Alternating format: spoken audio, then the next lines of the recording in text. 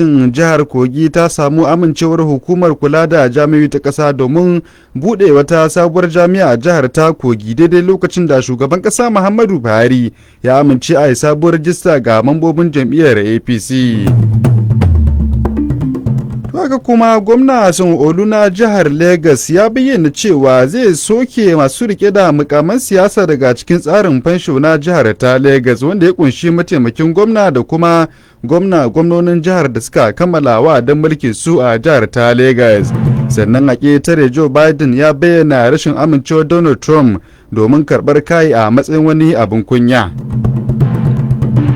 Mai sauraro assalamu alaikum, barkanmu da wannan lokaci da fatan an waye gari cikin koshin lafiya a wannan rana ta Laraba wadda take zama 25 ga watan Rabiul Awwal shekara 1442 bayan hijira ta Annabi Muhammadu sallallahu alaihi wasallama daga garin Makka zuwa birnin Madina, wanda hakan ya zo daidai da 11 ga watan Nuwamba na shekarar 2020 miladiya.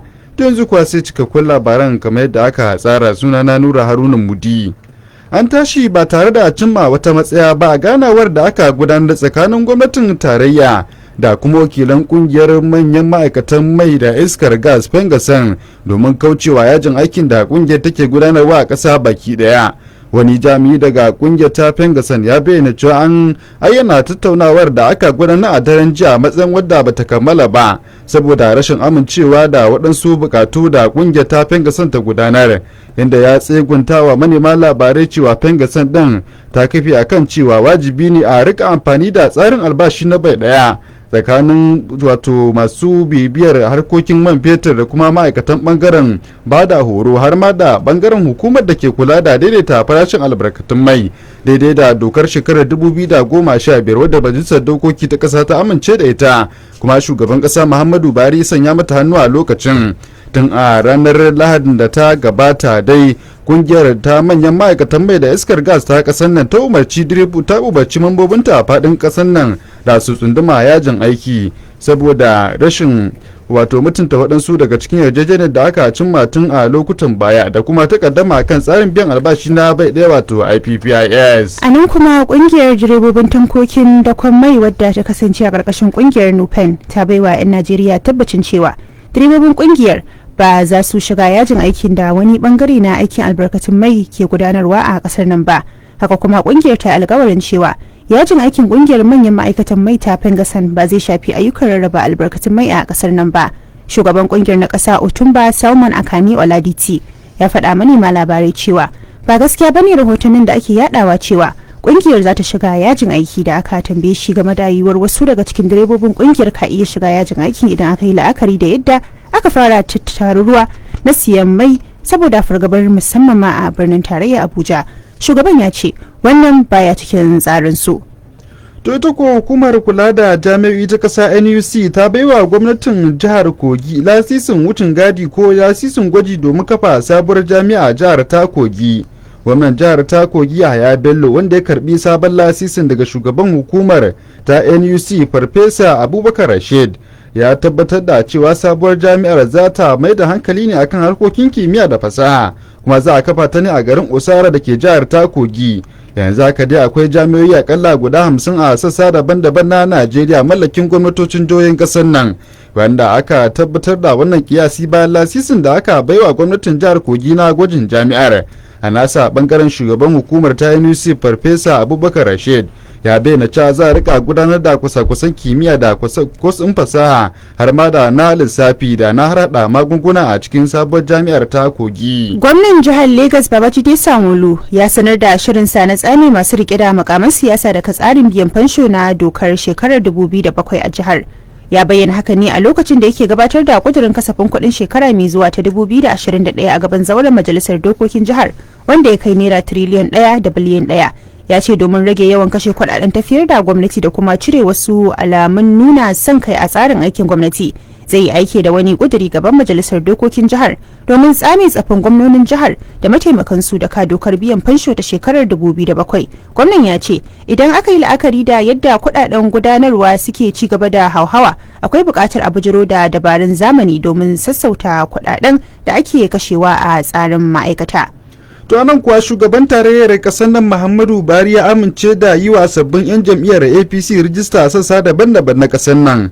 Shugaba Buhari dai ya bayyana hakan ne yayin da mambobin kwamitin da aka kafa na jam'iyyar da kuma shugabanninsu suka kai masa ziyara ƙarƙashin jagorancin wato mai malabuni wanda ya kasance wadda aka gabatar da jadawalin gudanar da wannan rijista a jiya talata. Da yake zantawa da manema labarai ya tabbatar da cewa za a samar da tsare-tsaren da suka kamata don ganin an gudanar da rajista yadda ya kamata a sassa daban-daban na Najeriya. Mai malabuni ya kuma musanta rahotannin da ake yadawa cewar akwai aikata ba daidai ba a cikin tsarin tafiyar da harkokin jam'iyyar ta APC. A nan ma dai shugaban kasa Muhammadu Buhari ya bayyana dan uwansa Mamman Daura a matsayin mutumin kirki, dan jarida kuma masanin sha'anin mulki wanda yake fuskantar mummunar fahimta tsakanin masu suka. Shugaba Buhari ya bayyana haka ne ta cikin wata sanarwa da mai magana da yawunsa Malam Garba Shehu ya fitar domin taya Mamman Daura murnar shekara 81 a duniya. Yana mai cewa mutum ne wanda ya jajirce wajen hidimtawa jama'a kuma mai halaye ne na kwarai da haƙuri da juriya da hikima da kuma taimako ga kuma ɗimbin ilimi wanda yake fuskantar mummunar kiyayya da fassara daga mutane da dama a ƙasar nan. Buhari ya ce ba zai taɓa yiwa mutum ya zauna da Mamman Daura ba tare da ya koyi wani abu mai matukar muhimmanci ba. Daga nan Buhari ya shawarci 'yan Najeriya da su kasance masu yin adalci wajen fassara mashahuran mutane irin su Mamman Daura waɗanda gudunmawarsu ga ci gaban ƙasar nan ba zai misalta ba. To anan kuwa an fuskanci wata takaddama tsakanin 'yan majalisar wakilai ta ƙasa da ke cikin kwamitin kula da 'yan gudun hijira a jiya talata a lokacin da ake tsaka da zaman kare kasafin kuɗin ma'aikatar kula da al'amuran jin kai ta ƙasa. Walansu daga cikin 'yan majalisar dai sun nuna damuwarsu akan makudan kudaden da ma'aikatar take kashewa da kuma rashin cikakkun bayanai akan kasafin kuɗin ma'aikatar wanda ministar ma'aikatar Hajiya Sadiya Faruk Umar ta gabatarwa kwamitin.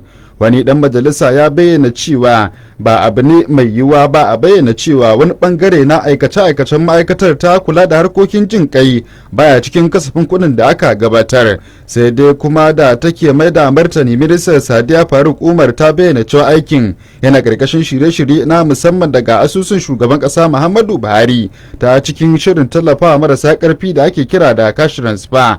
Tana kammala magana daidai aka fara tsokaci tare da muhawara a tsakanin 'yan majalisar inda wani dan majalisa mai suna Fatuhu Muhammad ya zargi 'yan kwamitin da yunkurin tozarta ministar har ya fice daga zauren majalisar a fusace. Ministar ta kuma kara da cewa baya ga wannan kasafin kuɗi na ma'aikatar ba ta karɓar wani kuɗi daga ko'ina a sassa daban-daban na ƙasar nan ko kuma ƙetare. Mataimakiyar babban sakataren Majalisar Ɗinkin Duniya kuma tsohuwar ministar muhalli ta ƙasar nan Amina Muhammad ta kai ziyara garin bankin da ke kan iyaka da jihar Borno. Inda ta isa Maiduguri babban birnin jihar ta Borno a jirgin Majalisar Ɗinkin Duniya mai saukar ungulu inda nan take ta zarce garin na banki. Mataimakiyar sakataren ta samu rakiyar jami'in da ke kula da ofishin Majalisar ta Ɗinkin Duniya a nan Najeriya Edward Cullen da sauran jami'an ofishin da kuma gwamnan jihar ta Borno Babagana Zulum. Aisha ta ce ta kai ziyara ne domin ganin yadda gwamnati ke tallafawa waɗanda rikice-rikicen yankin na arewa maso gabas ya ritsa da su da kuma hanyoyin da za a ƙara tallafi da ake basu. Ta ce a ziyarar da ta lura cewa wuraren da aka tsugunar da 'yan gudun hijira akwai cunkoso sosai, kano kuma su ma sun nuna matukar damuwarsu na ganin sun koma gidajensu. A nasa bangaren gwamna Zulum ya ce gwamnatinsa na aiki da gwamnatin tarayya domin dawo da waɗanda ke gudun hijira daga ƙasar Kamaru zuwa ranar 5 ga watan Disamba mai kamawa. To nan kuwa rundunar sojin ƙasar nan ta ce ta sanya ranar rubuta jarabawar na'ura mai kwakwalwa ga masu neman shiga aikin soja na masu digiri a bana wanda za a rubuta ranar 14 ga watan Nuwambar da muke ciki. Za a rubuta jarabawar a cibiyoyi guda 15 da aka keɓe a sassa daban-daban na ƙasar nan. A cikin wata sanarwa da rundunar ta fitar ta shawarci waɗanda suka nemi aikin da su duba sunayensu ta adireshin su na imel da suka rijista da shi kuma da lambar da aka ba su ta wayoyinsu na hannu, sannan kuma su ziyarci shafin intanet na rundunar a www.recruitment.army www.mail.ng domin su duba sunayen nasu na waɗanda suka yi nasara. Rundunar dai ta kuma ƙara da cewa an baiwa dukkanin waɗanda sunayen nasu suka fito sabuwar lamba ta jarabawar da lambar kujerun da za su zauna a ɗakunan jarabawar. Kazalika kuma waɗanda aka fitar da sunayen nasu an ba su cibiyar da za su rubuta, kana kuma an buƙace su da sisa cibiyoyin a kan lokaci kamar yadda aka tsara. Ana sauraron labaran barka da asuba kai tsaye daga nan mita 93.1 Arewa rediyo tashar Hausa Zalla. Mai sauraro na damar kallon labaran kai tsaye ta shafinmu na Facebook akan Arewa rediyo 93.1. Kazalika mai sauraro na damar bayyana ra'ayinsa akan labaran da ake ji ta shafukan namu na Facebook da kuma WhatsApp akan 0908712715.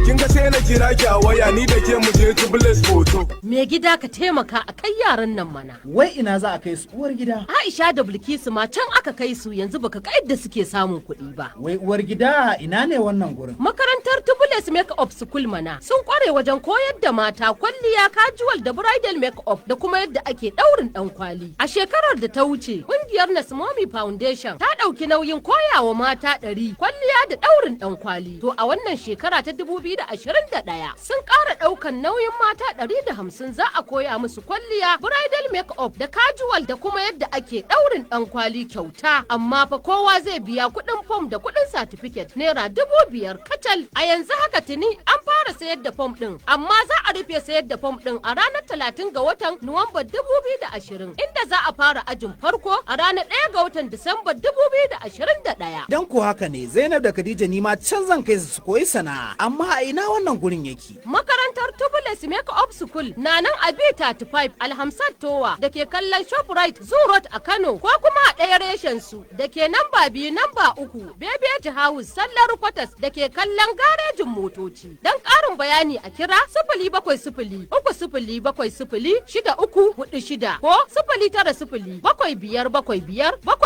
090-7575-7522. Ni da ke mu je Tubeless Photo. Mai sauraro na damar kasancewa da mu kai tsaye inda kake a faɗin duniya idan ka sauke manhajar Arewa rediyo da ka shafin Play Store da kewayoyin hannu. Yanzu za mu tsallaka ƙasashe na ƙetare. Joe Biden ya ce abin kunya ne da kuma zubar da kima yadda shugaba Donald Trump ya ki amincewa da shan kayi a zaben shugabancin ƙasar da aka kammala. To sai dai sabon zababben shugaban ƙasar Joe Biden wanda yake taɓa ali da shugabannin duniya ya ce babu abin da zai hana miƙa ragama ga sabuwar gwamnatin tasa. An tambayi Joe Biden bayan kammala jawabinsa akan wani sako Trump ke aikewa duniya kan kin amincewa da shan kayi a zaben shugaban kasa, inda ya ce yana ganin wannan abin kunya ne, ya kuma kara da cewa hakan ba zai taimakawa abin da za a tuna shugaban ba. Yana mai ci gaba da cewa daga tattaunawar da yi da shugabannin kasashen waje har yanzu suna fatan cewa ana sake kallon demokuraɗiyyar Amurka a matsayin mai karfi, amma Biden ya ce ya san daga karshe komai zai daidaita kafin ranar 20 ga watan Janairu, inda kuma ya kara da cewa sanatocin Republican za su amince da nasararsa. Yanzu kuma sai bayanin harkokin kasuwanci.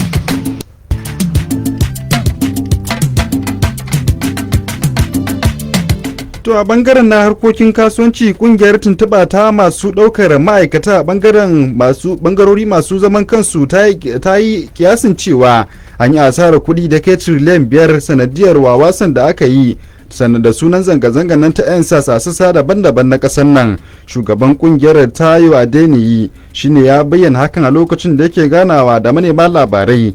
Ya bayyana cewa wannan kiyasi da aka ya biyo bayan binciken da aka gudanar a bangarorin kasuwanci masu zaman kansu sanadiyar wawasan da aka yi wanda aka lalata kadarori da dama da kuma sace dukiyoyin jama'a.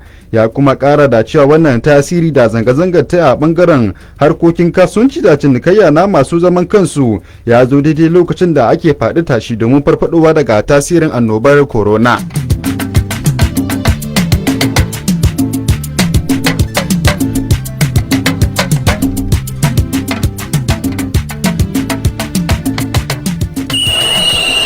Saurari labarin wasanni. Rahotanni na bayyana cewa waɗansu 'yan wasa guda 7 waɗanda mazauna ƙasar Sierra Leone sun za su iso domin su bi tawagar 'yan Najeriya a wasa da za a fafata a gasar cin kofin Afirka da za a yi a nan gaba. Yanzu kuwa sai ci gaban labaran wasanni. Shugaban hukumar kwallon kafa ta ƙasa Amaljo Malvin Penick ya bayyana yakininsa na tsayawa takarar kujera a majalisar hukumar kwallon kafa ta duniya, wanda hukumar za ta shirya gudanar da zaben hukumar kwallon kafa ta nahiyar Afirka wanda aka shirya gudanarwa a watan Maris ɗin shekarar 2021, wanda zai gudana a garin Rabat na ƙasar Morocco. A wani labarin kuma gwamnatin jihar Nasarawa ta bayyana shirinta na ware naira biliyan 14.7 dangane da gina sabuwar sakatariyar wasanni a jihar.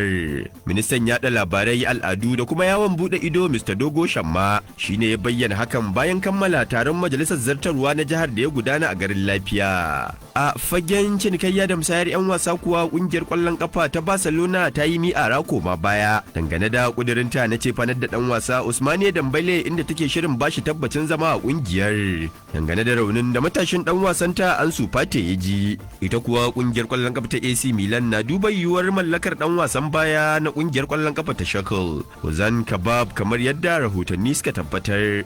Ahmad Kabo Idris, Arewa Radio. Sai kuma hasashen masana yanayi.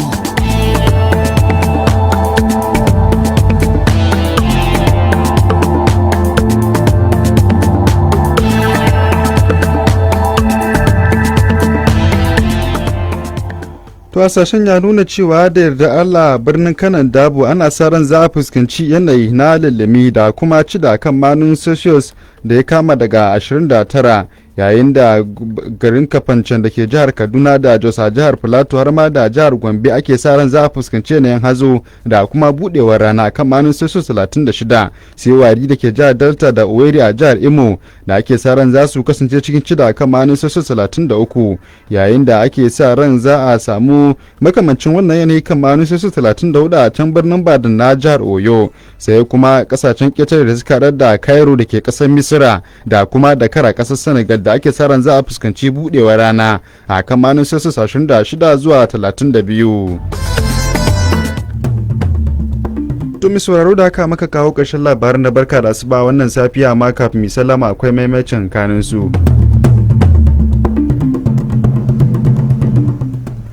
Tun da farko an ji cewa an karkare ganawa tsakanin kungiyar manyan ma'aikatan mai Pengasin da gwamnatin tarayya ba tare da cimma matsaya ba.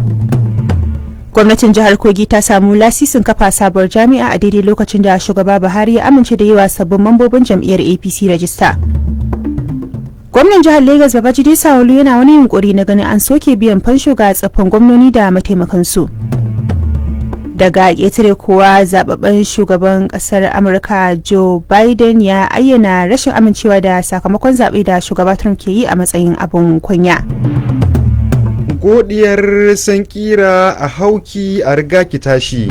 Godiyar sankira a hauki a riga ki tashi, karin magana kenan a wannan rana ta Laraba. Madadin sashen labarai da al'amuran yau da kullun da Kola Wale Omoni wanda ya tsara labaran kamar yadda aka ji, sunana Nura Haruna Mudi tare da abokiyar aiki Binta Abdullahi Fulani muke cewa a ci gaba da kasancewa da mita 93.1 Arewa Radio a zangon FM.